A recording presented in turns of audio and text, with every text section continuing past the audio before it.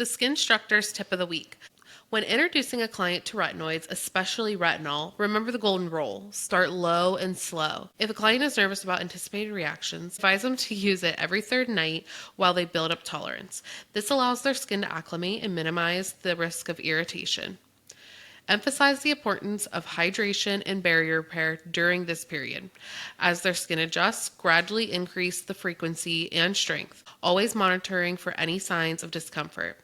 This patient personalized approach will maximize the benefits of retinoids while ensuring a positive client experience.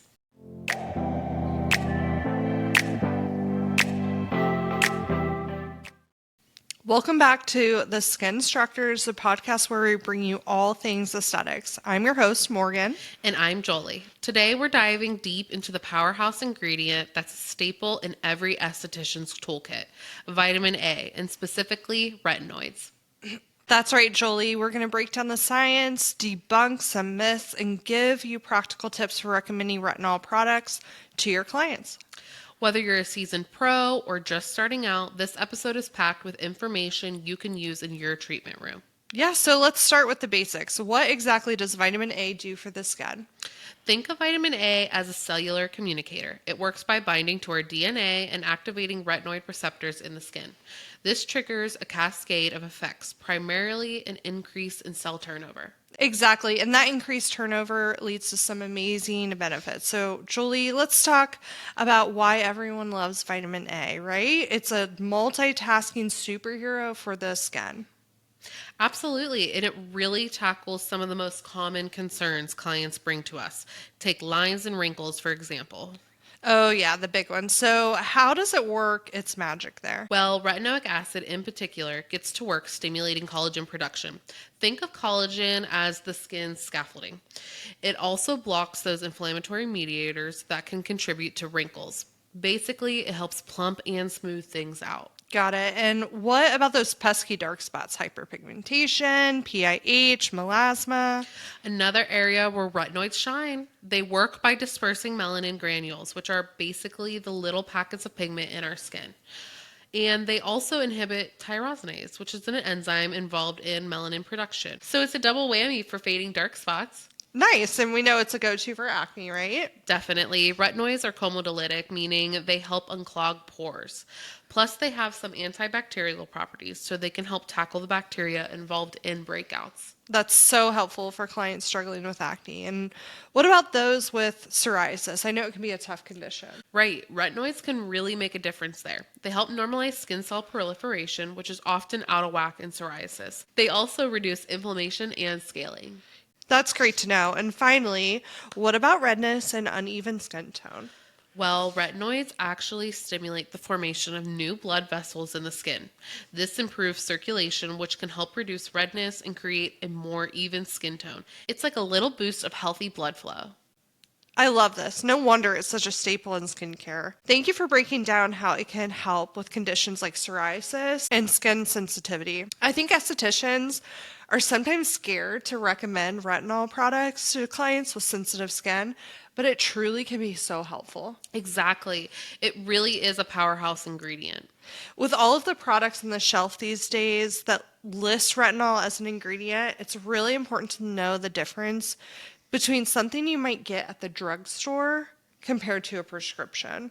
I know estheticians are asked all the time, what is the real difference between that drugstore retinol and a prescription tretinoin? Exactly, Morgan. It's a common source of confusion, and understanding the nuances is crucial for estheticians. So let's start with the basics. We know both are forms of vitamin A, but they're not created equal.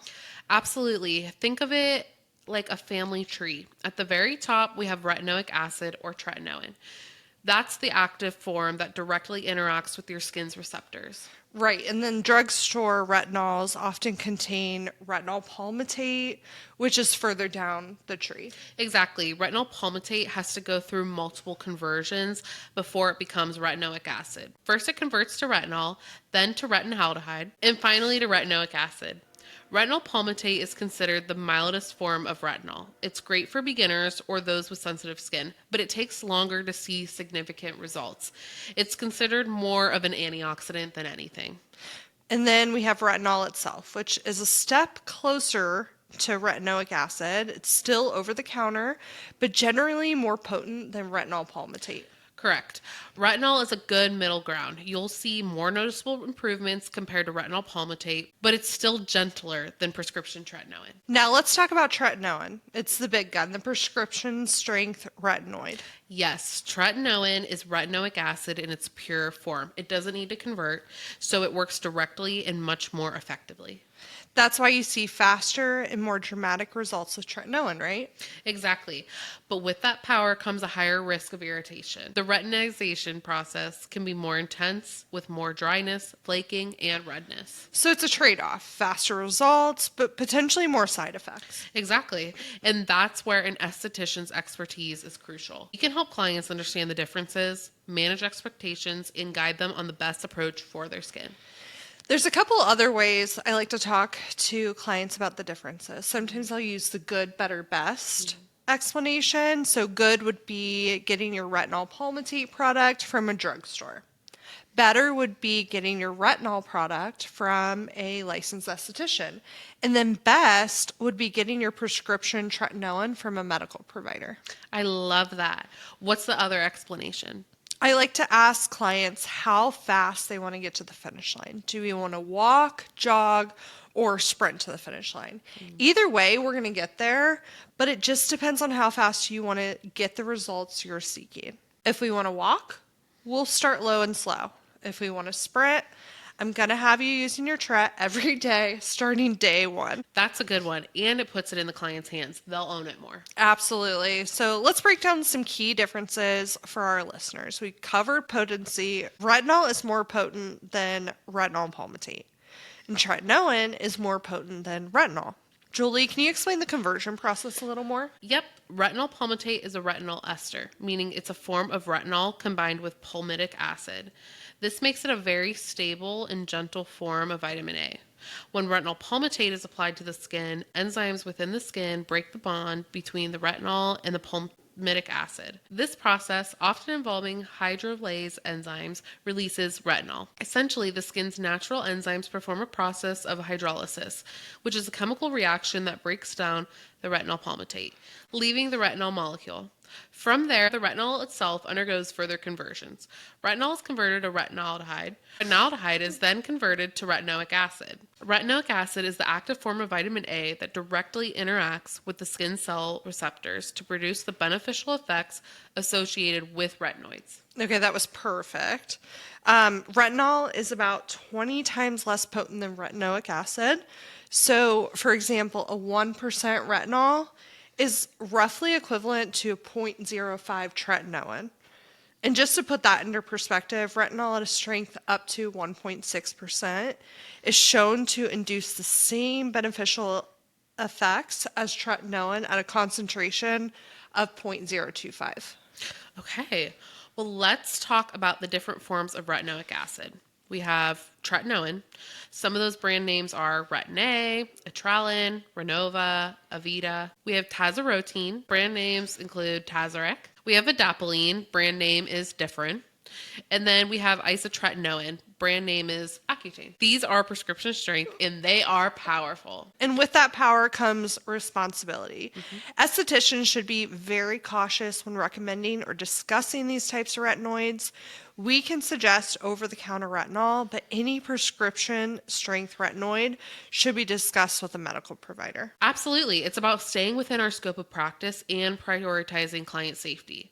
So to sum it up, drugstore retinols are a great starting point, especially for sensitive skin, but prescription tretinoin is the gold standard for those seeking significant results. Yeah, that's an excellent breakdown, Jolie. And now I think our listeners can confidently explain the differences to their clients. Right. And remember, retinol can be unstable, so look for products with protective packaging. Now let's get into some practical tips for estheticians, especially those who are new to recommending retinoids. Absolutely. So for new estheticians, start slow and educate your clients. Yes, education is key with your clients who are starting retinols. You have to explain that they should expect some form of anticipated reaction when they start a retinol product. It's totally normal to experience some flaking, dryness, and redness. Pair your retinol with some hydrating products focused on barrier repair, and your client will appreciate it. All of this is temporary. Great job. And remember, always emphasize the importance of sunscreen. Yeah, and for seasoned estheticians, it's about fine tuning your skills and staying updated on the latest research. We've talked about the basics of retinoids, but let's really focus on those of you who have been in the game for a while. Morgan, what are some key areas seasoned estheticians should focus on when it comes to retinoids? Yeah, absolutely, Julie. It's about taking that foundational knowledge and really elevating it. First and foremost, we're talking about advanced ingredient knowledge. You can't just rely on what you learned in school. The world of skincare is constantly evolving, especially with retinoids. Right. New formulations, delivery systems, and even new retinoid derivatives are constantly hitting the market. Exactly. We need to be staying up to date on the latest research, the latest clinical trials, understand the nuances between different retinoid esters, how they're encapsulated, and what that means for efficiency and tolerability.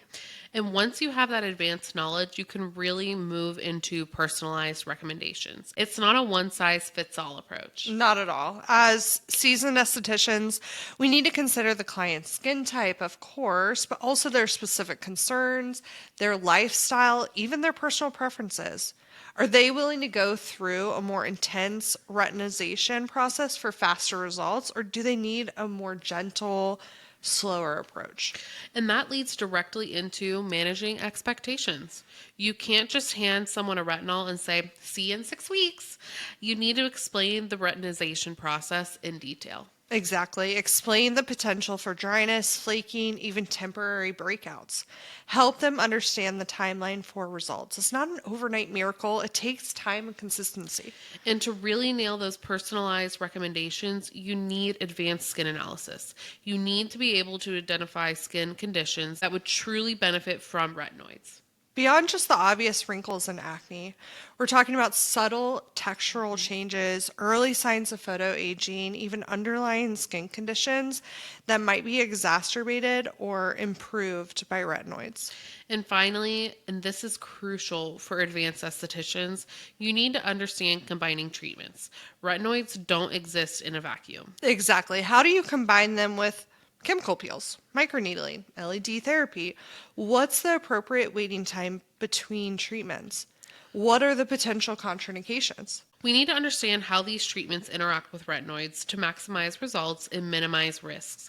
My recommendation is to always follow manufacturer recommendations. If you're working with skin pen or hydrofacial, for example, how long do they suggest pausing with your retinol before and after a treatment? And that's what separates a good esthetician from a master esthetician. It's about that deep understanding of the skin, the ingredients, and the interactions between them. Absolutely. So seasoned estheticians keep learning, keep analyzing, and keep refining your retinoid recommendations. Okay, Morgan, let's tackle some of the biggest retinoid myths we hear all the time. I feel like there's so much misinformation out there. Absolutely, Jolie. It's time to set the record straight. Let's start with the big one. Retinoids increase sun sensitivity. Oh, that is a classic. So many of our clients are afraid to use retinols during the day or even during the summer because of this. And that's just not true. I mean, I even hear estheticians tell clients, like, okay, we're going to stop in the summer. The truth is that retinoids don't actually increase sun sensitivity in the way people think. What they do is increase cell turnover. Right. So you're bringing fresh, new skin cells to the surface, which can temporarily make the skin more vulnerable to environmental factors, including the sun. Exactly. And that's why sunscreen is absolutely essential every single day, regardless of whether you're using retinoids. But it's not that the retinoid itself is making you more sensitive to UV radiation. Got it. It's more about the increased cell turnover. Okay, what's another common myth? Avoid the eye area. I hear that if I hear that one more time. I know, and it's such a shame because the eye area is often where we see the first signs of aging. Exactly. The truth is you can use retinol around the eyes, but, and this is a big one, You have to be cautious. Yeah, start with a very low strength and apply it sparingly. And be extra mindful of any potential irritation. Right. And if you have any concerns, consult with a dermatologist. But it's not that you have to completely avoid the eye area. In fact, if you struggle with milia around the eye, retinol can be so helpful. Okay, and the final myth we're going to bust today is avoid retinol with eczema or rosacea. Yep, this one's a little more nuanced. Definitely. The truth is, you don't necessarily have to avoid retinol completely, but you need to prioritize strengthening the skin barrier first. Absolutely. If the skin barrier is compromised, retinoids can be very irritating. So focus on hydration, ceramides, and other barrier repairing ingredients. And if a client is experiencing a rosacea flare up, definitely hold off on the retinol until the flare subsides. Exactly. It's about being mindful of the skin's condition and prioritizing its health. So there you have it, 3 common retinoid myths busted. Remember, education is key. Help your clients understand the truth about retinoids, and you'll empower them to make informed decisions about their skincare. I know we have a couple more tips before we wrap this up. First one, remember, pregnant or nursing clients should avoid retinoids. Yes, and for those clients who can't tolerate retinoids, bakuchiol is a great alternative. It offers similar benefits without the irritation. And regarding retinoic acid, it is recommended to use for up to 5 months for general repair and then switch to a retinol for long-term maintenance for specific repair. It is recommended to stop retinoic acid for at least 2 to 3 months to prevent chronic inflammation. And always remember that it takes 3 to 6 months to see improvement and 6 to 12 months for maximum results. So to recap, vitamin A is a powerful ingredient that can transform your client's skin, but it's crucial to understand the science and provide personalized recommendations. And always prioritize education and safety. Thanks for tuning in to the Skin Instructors podcast. We'll see you next time. Don't forget to subscribe, rate, and review. And as always, stay healthy and happy.